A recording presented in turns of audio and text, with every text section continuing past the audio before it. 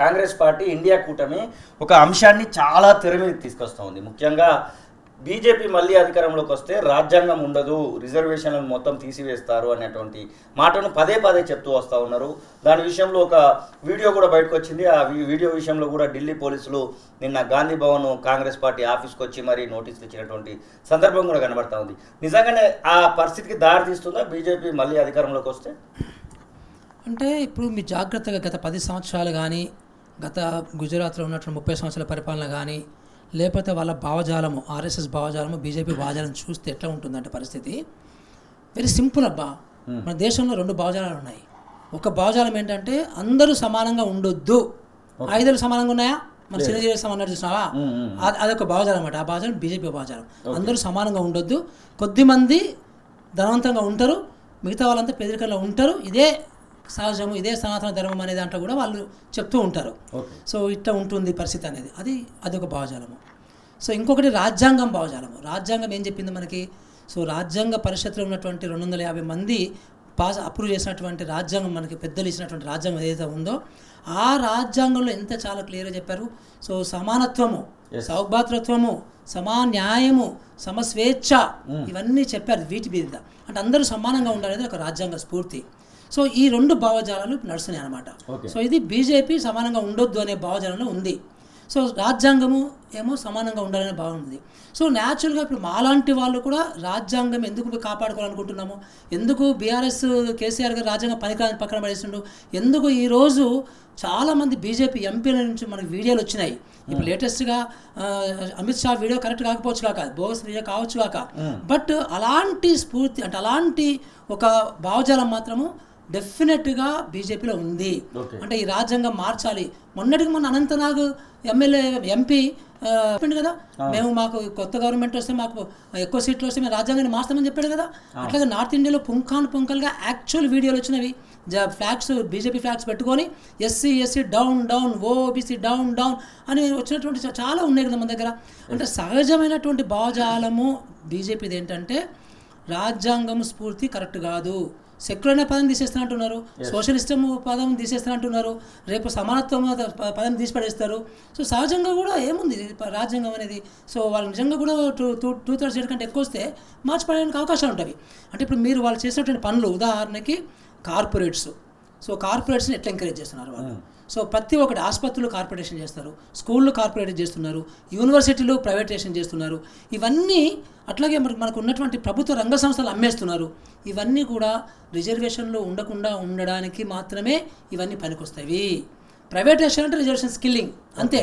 ఇప్పుడు మనకి 10 సంవత్సరాలలో ఉన్నాయి అమ్మేస్తున్నారు తప్ప ప్రభుత్వ రంగ సంస్థలు కొత్త ప్రభుత్వం ఒక్కడనే పెట్టిండా? అసలు వాళ్ళ నైజమే కాదు అది, వాళ్ళ భావజాలమే కాదు అది.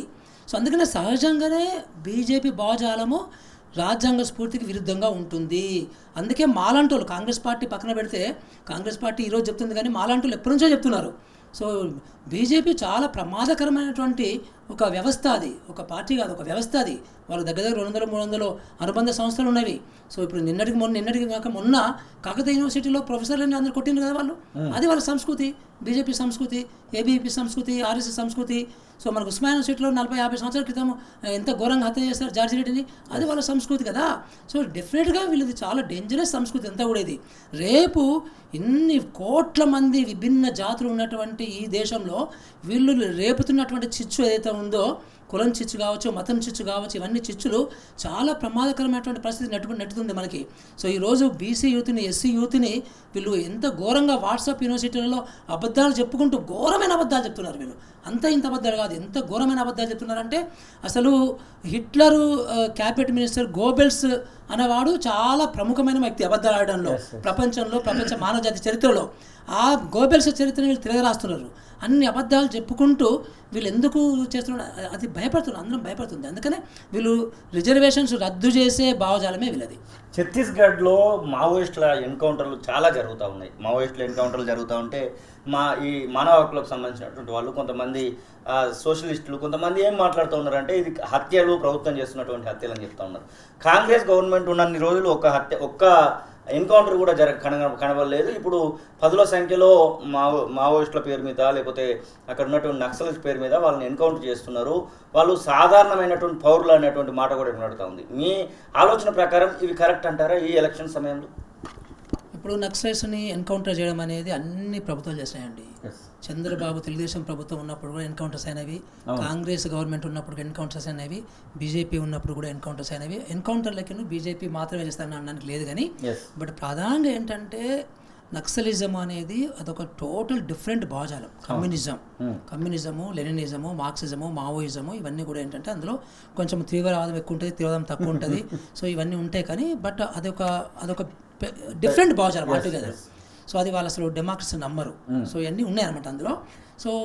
సో ఎన్కౌంటర్స్ అనేది డెఫినెట్గా రాజ్యాంగానికి విరుద్ధమే.